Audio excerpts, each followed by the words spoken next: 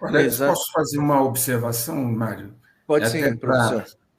penso que esse raciocínio que o Fábio colocou procede bastante. Nós estamos num momento, né, Fábio, onde se constrói o personagem, não quer dizer que ele é aquilo. Nós estamos num momento, meus amigos, e bem colocado pelo Fábio, onde o candidato é o que menos importa, porque na corrida, quer dizer, o que menos importa para o sistema, porque na corrida o que importa é a imagem que eles constroem do candidato. Então, cara, o que acontece na geopolítica hoje, se a gente observa os Estados Unidos, desde Obama, o Partido Democrata não escolhe um presidente, tá? As pessoas precisam entender isso. O Obama foi eleito por uma escolha democrática do partido. As pessoas votaram por Obama, as pessoas gostaram do Obama. O Obama foi nas primárias, foi eleito nas primárias e ganhou as eleições. Depois do Obama, nenhum outro candidato dos democratas realmente foram escolhidos pelo povo. Ou seja, o sistema elegeu a todos os outros candidatos. Por exemplo, o sistema... Quem ganhou as eleições primárias contra o Donald Trump foi o Bernie Sanders. O sistema tirou o Bernie Sanders, colocou a Hillary Clinton, que perdeu para o Donald Trump. Depois o sistema colocou o Biden, que ninguém gostava do Biden, mas o sistema colocou o Biden. E agora o sistema tira o Biden como Kamala Harris. Kamala Harris também não foi eleita pelo povo. Ela foi colocada pelo sistema. Então, o que acontece na política dos Estados Unidos, bem clara, e do Brasil também, a gente começa a ver no mundo, é que o sistema não precisa de candidato. O sistema, ele bota qualquer pessoa e o candidato é o sistema. Ou seja, não importa o que ela fala, o que importa é o que o sistema, através da grande mídia, vai dizer o que ela falou. Então, o problema é que as pessoas falam, Fábio, mas o Trump contra a Kamala é muito fácil. Sim, se fosse o Trump contra a Kamala, mas não é o Trump contra a Kamala. É o Trump contra o sistema. E o sistema, eles têm umas estratégias que elas são... ele vai melhorando. O sistema trabalha com algoritmo, o sistema trabalha com gravações, o sistema trabalha com percepção. Eles sabem, por exemplo, uma das formas que o presidente Donald Trump ganhou as eleições era aquela mesma visão que hoje tem o Pablo Marçal no Brasil, que é o quê? Fale bem, fale mal, mas fale de mim. Fale de mim. Esteja eu em sua boca. O sistema viu isso. Então, o que o sistema está fazendo agora? Nesse momento, o sistema não fala do Trump. Ninguém mais ouviu falar sobre a tentativa de assassinato do presidente Donald Trump. Não se escuta falar do Trump na mídia, nem bem, nem mal. Eles simplesmente ignoram o Trump, porque ignorando o Trump, ele sai da mídia. E aí o sistema consegue propagar as coisas que a Kamala... Por exemplo, Trump diz que ele vai não cobrar mais impostos sobre as gorjetas em Nevada. Nevada é um estado onde a grande maioria das pessoas trabalham na indústria que faz gorjeta. Então, a jogada era essa. Você tira o imposto das gorjetas e você vai ganhar muitos votos. O que aconteceu na mídia? Trump, com essa visão, terá um rombo de não sei quantos milhões de dólares. Aí a Kamala Harris falou a mesma coisa. Ela falou, pô, vou também fazer a jogada bonita do Trump, vou tirar a gorjeta também. Ah, que boa a ação da Kamala Harris. Peraí, os dois falaram a mesma coisa, o Trump seria um rombo no governo. A Kamala Harris foi uma boa coisa. Então, nós estamos vendo isso. Se acontecer do fato do Kennedy entrar para a campanha do Trump, que é possível, mas nós não sabemos ainda, porque houve uma conversa algum tempo atrás que aqui nos Estados Unidos dizendo que o Trump tinha comunicado com a campanha do Kennedy e queria o Kennedy como VP, o vice-presidente do Trump. Eu achava que isso era muito estranho, porque nós sabemos que a família Kennedy é uma família dentro do sistema, uma família bem dentro do sistema. Então, como é que seria vice, né? Então, era muito estranho. Então, agora, com os boatos de que o Kennedy vai ser alguém que vai apoiar o Trump, a gente fala, então, eles tinham um ponto de verdade, mas eu acho que eles erraram que não era para VP, era para apoiar o presidente Donald Trump em caso a campanha não fosse à frente. Nós sabemos que uma terceira via aqui não vai à frente. Então, se isso acontecer, do Kennedy apoiar a campanha do presidente Donald Trump, e aí vai dar um gabinete, né, de alguma coisa para ele, eu acho que vai ser o que pode dar uma leverage para a gente ganhar essas eleições. Porque é uma eleição muito apertada. Muito apertada, as pessoas têm que entender. Não é Trump e Kamala, é Trump e sistema. Sistema, eles escondem a Kamala agora, não deixa a Kamala falar, porque a Kamala só fala besteira, e eles falam pela Kamala. Não, mas a Kamala pensa assim, mas cadê? Eu nunca vi, ela não falou isso. Eles falam por ela. Eles estão fazendo o que fizeram com o Biden. O Biden, eles esconderam o Biden durante as eleições que ele ganhou, e aí falavam o que o Biden supostamente falou. Então, é o que está acontecendo. Então, é uma guerra do sistema. Eu acho que o Kennedy, até as casas de aposta, quando saiu a notícia de que o Kennedy vai apoiar o Trump, a casa de aposta virou e botou o Trump agora na frente da casa de aposta. Então, a casa de aposta mostra que o Trump vai ganhar as eleições de acordo com ontem, quando eu assisti, porque quando começou a sair a matéria. Então, pode ser que isso seja verdade, isso seria uma boa notícia para o presidente Donald Trump, sem dúvida. Olha, posso fazer uma observação, Mário? Pode sim, professor. Penso que esse raciocínio que o Fábio colocou procede bastante. Nós estamos num momento, né, Fábio, onde se constrói o personagem, não quer dizer que ele é aquilo. Nós estamos num momento, meus amigos, e bem colocado pelo Fábio, onde o candidato é o que menos importa, porque na corrida, quer dizer, o que menos importa é para o sistema, porque na corrida o que importa é a imagem que eles constroem do candidato. Então, Mário, Fábio e aqueles que nos ouvem e veem, nós estamos num concurso de simpatia e não numa eleição onde você conhece o candidato, avalia seus méritos e sua capacidade para ocupar um cargo. Isso não existe mais. Então, como o Fábio colocou, por exemplo, Kamala não foi votada nas primárias, na base, inclusive foi motivo de protestos de vários grupos democratas, né? Então, o sistema agora é o seguinte, ele pega uma pessoa, constrói o personagem com base em quê, Fábio? Coletando dados na internet, né? Você tem uma base de dados colossais, onde as pessoas têm suas aspirações, seus desejos, etc., transforma isso em blocos de informação e constrói um cenário prospectivo daquilo que as pessoas querem. Então, ela vai se apresentar. Agora, ela é negra, não é mais indiana, né? Antes ela tinha perfil indiano, agora ela é negra. Então, vai se apresentar como mulher negra, classe média, que ela falou durante o seu discurso, né? Defensora dos direitos. Israel, defensora de Israel. Defensora de Israel. Então, assim, eles vão construir o personagem, e isso que foi colocado é muito interessante, Mário, também. Por quê? Porque as pessoas não votam na pessoa, votam na imagem que tem da pessoa. E aí começa a confusão, porque você, na verdade, a grande maioria, 99% das pessoas, não vai atrás da biografia, não vai atrás dos fatos, não confere se aquilo que a pessoa falou corresponde à verdade. Elas votam numa imagem. E agregando aqui, professor, eu converso com várias pessoas, eles falam assim, mas se o Biden tivesse aí, o Trump ganharia fácil. Eu falo para eles, não ganharia, seria a mesma coisa. Por quê?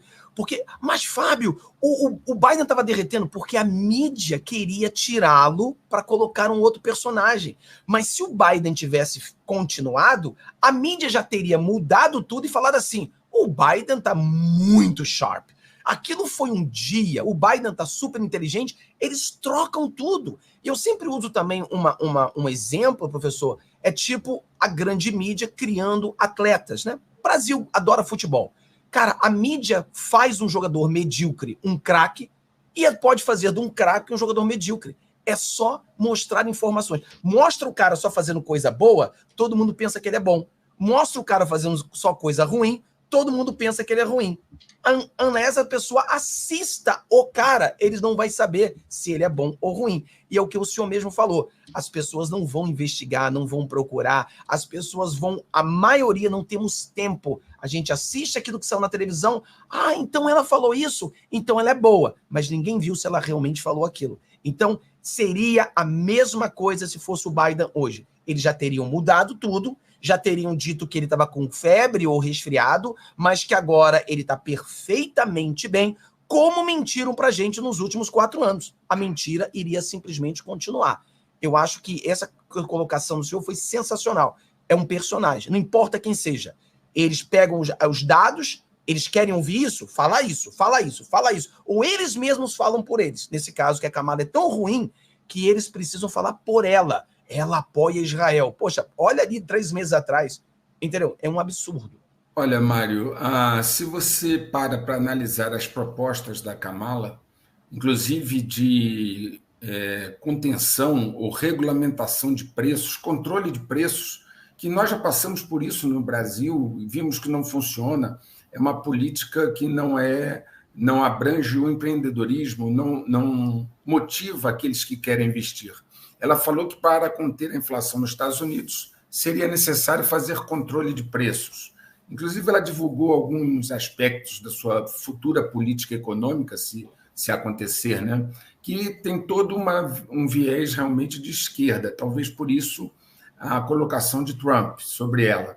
Mas ontem, quando ela aceitou a indicação do Partido Democrata, claro, o Partido Democrata ele está meio, ainda que ele mostre publicamente que não, ele está meio rachado por dentro, porque muitas vezes alguns não aceitam a forma como Biden foi afastado, não o afastamento em si, mas a maneira como se deu por parte dos caciques lá do Partido Democrata, que é Obama, os Clinton, Pelosi, etc., né?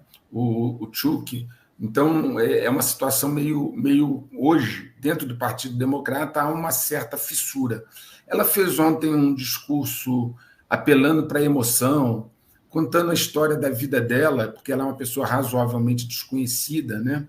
E falando que vai ser presidente para todos os americanos, tentando passar às pessoas uma percepção de patriotismo, porque essa é uma grande bandeira do Trump, ou seja, um discurso que foi moldado, provavelmente nem escrito por ela, moldado para aquele momento. A mídia vem fazendo uma grande campanha em favor dela, seja lá, aqui, em todos os lugares, a mídia que tem um laço com a esquerda e com o Partido Democrata, e são a maioria, vem fazendo uma campanha muito grande, dizendo que ela está revertendo as pesquisas. Isso, obviamente, não parece ter procedência. Quando o Trump coloca que ela é uma marxista, né, ele está falando isso com base em tudo que ela vem falando ao longo do tempo, quando fala, né? Quando ela não está rindo, ela fala alguma coisa. E o ponto essencial dessa colocação é que o Trump publicou uma pergunta simples. Tudo isso que você está falando que vai fazer, por que não propôs ou tentou fazer enquanto estava na vice-presidência durante 4 anos? Por que você nunca levantou essas bandeiras antes, enquanto era vice-presidente do Biden? Então, provavelmente o Trump vai agora puxar essa linha, né, dos 4 anos em que ela foi vice-presidente, e o que ela fez nesses 4 anos, nem que fosse propor, o que não aconteceu. Vai ser uma disputa bastante interessante. Aparentemente, o Kennedy vai divulgar agora, entre hoje e amanhã, provavelmente, o seu apoio, a sua desistência da campanha e seu apoio a Trump.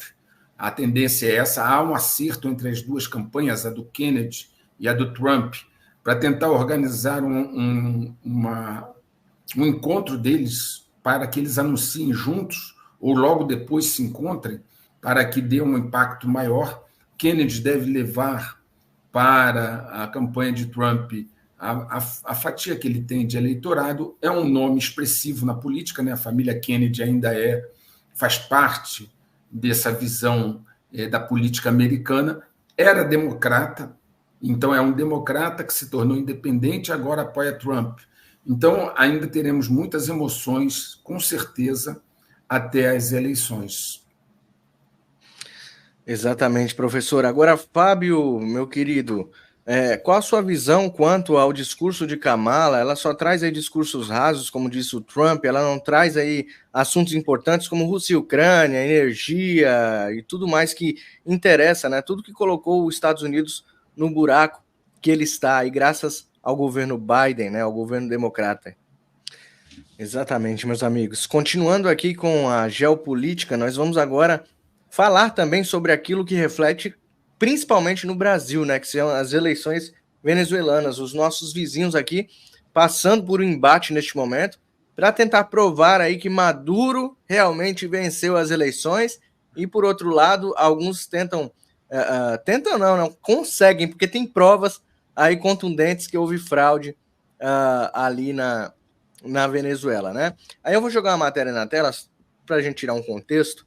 União Europeia não vai reconhecer vitória de Maduro até a publicação de atas. A decisão foi divulgada nesta sexta-feira, dia 23, por representante do Bloco de Relações Exteriores e Política de Segurança. Por outro lado, o presidente do Chile, que é de esquerda, diz que a decisão do tribunal, que foi reconhecer, né, o STF reconheceu aí a vitória de Maduro, né, o STF da Venezuela, diz que decisão do tribunal consolida fraude na Venezuela. Corte do país confirmou a vitória do ditador Maduro na eleição presidencial. Professor, qual é o resumo que o senhor tem a nos trazer de estudo? Um esquerdista defende que foi fraude, né? E a União Europeia diz que não vai aceitar enquanto não aparecer as atas. Essas atas ainda existem, professor? Olha, se elas estão em posse de alguém, esse alguém não quer divulgá-las se for um Maduro. Inclusive, a Suprema Corte lá, o pessoal eleitoral, diz que reconhece que ele é o vencedor e colocou as atas em sigilo, não serão divulgadas. Ora, era óbvio que esse era o caminho. Tem um vídeo dele onde o pessoal da corte está na frente dele, a presidente da corte, inclusive, visivelmente constrangida, e ele entregando um documento a ela e dando ordens para a corte. Então, óbvio que o que vai acontecer, o jogo lá é um jogo que não tem nada a ver com essa questão, não tem nada a ver no sentido de ser decisivo. Ok? Vamos lá. Os Estados Unidos sempre, há muito tempo, é contrário ao governo Maduro, tentou emplacar o Guaidó, não conseguiu, adotou sanções contra a Venezuela, ela continuou assim mesmo, não é? E seguiu até hoje. A União Europeia também nunca ajudou a Venezuela, pelo contrário. A Inglaterra, inclusive, bloqueou as reservas de ouro da Venezuela, etc. Olha, se seguir o jogo como está hoje e não houver nada de novo, o Maduro continua lá. Por quê? Porque ele tem até o momento o apoio das Forças Armadas, o apoio dos coletivos, o apoio do narcotráfico, de toda a estrutura de poder que foi montada na Venezuela. O que os Estados Unidos e a União Europeia poderiam fazer de novo? Porque não reconhecer é diplomático. Sanções já foram adotadas, não mudaram. Ok? O que poderia ser feito de novo? O que nós, nesse momento, percebemos como um acréscimo de pressão são os países da América Latina, né? Seja Chile, Colômbia. Aparentemente, saiu hoje que o Lula vai dizer que não reconhece essa eleição também. Está esperando só alinhar com um outro país para que o Brasil não divulgue isso sozinho, a divulgação seja em conjunto com outro país. Aparentemente, Lula foi aconselhado e aceitou a não reconhecer Maduro. Então, essa seria a diferença, porque a União Europeia e Estados Unidos já o criticam e adotaram sanções há muito tempo. Só que a América Latina não o havia feito. Então, essa é a diferença. Agora, veja, Cuba. Cuba está há 50 anos, 60 anos sob sanções, bloqueio, não reconhecimento, etc. E o sistema continua lá, o regime continua lá. Por quê? Forças Armadas o apoiam, o poder armado o apoia e uma repressão brutal, colossal. Okay? E estão lá há mais de 50 anos. A Venezuela ainda tem uma posição melhor do que a de Cuba em termos econômicos, porque tem petróleo, do qual os Estados Unidos, inclusive Biden, comprou petróleo da Venezuela. A Chevron já tem explorando poços na Venezuela. Por quê? Porque em caso de um problema de conflito, como o Biden esgotou as reservas estratégicas americanas, e eles não poderiam esperar que viesse do Oriente Médio, a Venezuela é o recurso de petróleo que os Estados Unidos têm. Então, se nada mudar, se ficar só no campo diplomático, como foi na época do Guaidó, dizendo que não reconhecia o Guaidó como verdadeiro presidente, isso já aconteceu. Não reconhecer ele como presidente já aconteceu. Sanções contra ele já aconteceu, e nada disso o tirou de lá. Okay? Então, precisamos de um fato novo, porque se for só por esse caminho, e eu não acredito que será suficiente para que ele deixe o poder. Excelente, professor Fábio. Eu vejo exatamente assim, é muito difícil você tirar um ditador do poder, né? E não é uma coisa imediata. Existem alguns fatores novos, né? Porque o próprio Guaidó, ele não era legítimo também. É tipo o Maduro, ele o cara que roubou as eleições, e o Guaidó viu um vácuo e ele se colocou como presidente. Então, nenhum dos dois, na verdade, eram legítimos, né? Hoje nós temos um presidente legítimo, que é o González. Então, isso aí é uma pequena mudança. E o que nós podemos ver de diferente também é que os próprios países da América do Sul irão se distanciar da Venezuela. Então, isso aí traz uma nova onda para essa geopolítica na Venezuela. Então, e também vamos depender, por exemplo, se a Kamala Harris ganha, e é complexo, porque os democratas, eles amam uma guerra. Eles são apaixonados por uma guerra. É uma coisa que eu sempre falo para as pessoas, é muito estranho nos Estados Unidos. Dentro dos Estados Unidos, os republicanos, eles apoiam as armas, somos pró-armas, lutamos pelas armas, e os democratas são contra. Mas quando a gente fala daquelas empresas bélicas de armamento, os democratas são apaixonados por eles. Então, eles querem as armas de destruição. E eles são os criadores de todas as guerras, ou muitas delas. Então, é uma coisa meio engraçada, porque eu não acredito que os democratas poderão fazer algo contra a Venezuela. E, belicamente falando, é muito difícil você entrar numa briga na Venezuela. Então, as pessoas falam, por que os Estados Unidos não invadem a Venezuela? Primeiro, que não é fácil. É muito complexo. E, lembrando a você, que o soldado americano, ele não está no exército americano para brigar uma briga venezuelana. Então, a gente sabe que, mas seria o certo. Mas o cara não... Então, a família vai contra, a pressão popular é contra. Então, ninguém quer entrar numa guerra, ainda mais agora na eleitoral. Então, se a Kamala ganha, eu acho que a coisa fica mais fácil para o Maduro. Se a Kamala perde, aí as coisas podem complicar um pouco mais para o Maduro. Mas a gente tem que buscar o que mais pode ser feito com a Venezuela. Para de comprar óleo deles, porque aí se o Trump ganha, a gente começa a abrir e pesquisar óleo nos Estados Unidos. Os Estados Unidos têm muita produção. O que a gente vai fazer? Então, eu acho que realmente o professor está certo. É uma situação muito complexa. Mas se o povo venezuelano continuar na rua e o Maduro der um de louco e começar esse banho de sangue, o Maduro forçará uma intervenção. Então, eu acho que isso também é possível. Se o Maduro invade a Guiana, ele vai forçar uma intervenção. Porque eu acho que muitas pessoas estão olhando para a Venezuela esperando uma oportunidade para fazer. E claro que existem interesses financeiros na Venezuela, existem interesses estratégicos na Venezuela. Então, Venezuela é um país muito bom para os Estados Unidos, para esse sul global, que seja dominado pelos Estados Unidos. Ele quer tirar isso da China, quer tirar isso da Rússia.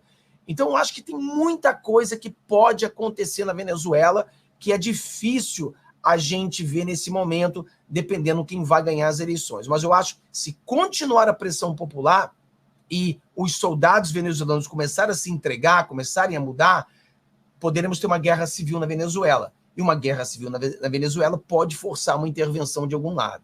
Mas é complexo demais esse lugar na Venezuela, é muito complexo. Eu gostaria só, Mário, de fazer um comentário, um adendo, né? Lembrando que nós temos hoje, em termos globais, duas outras frentes que vão prender muito mais a atenção e os recursos dos Estados Unidos, que hoje já são limitados, que é a frente da Ucrânia e a frente do Oriente Médio. Então, veja, amanhã vai ter a de Taiwan, né? Porque Xi Jinping não faz segredos sobre Taiwan.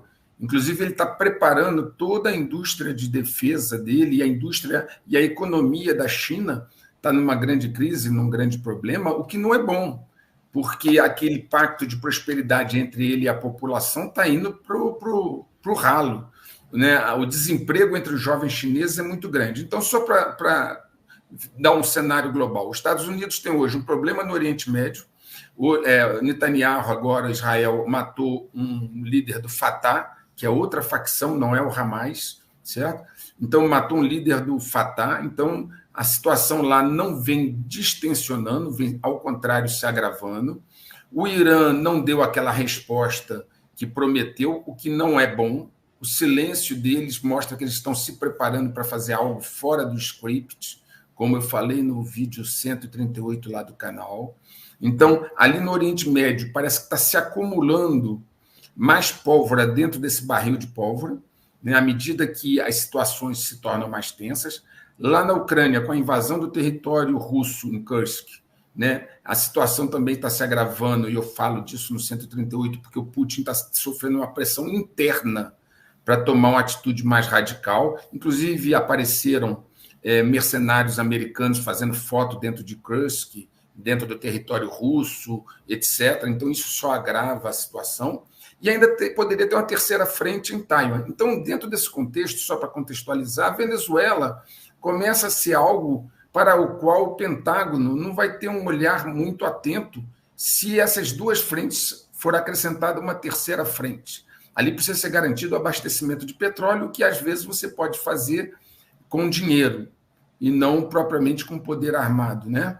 Ali, a Venezuela, o dinheiro resolve muitas coisas, vocês estão me entendendo perfeitamente, ok? Então, nós temos um cenário geopolítico explosivo, nós temos 3 frentes, 2 já abertas, uma terceira em andamento, e um preparativo para uma situação explosiva na Europa também. Nós já temos o Reino Unido praticamente em guerra civil, várias cidades tendo manifestações, conflitos violentos, inclusive com postagens agora em Londres dizendo: ei, homem branco, ceda o poder.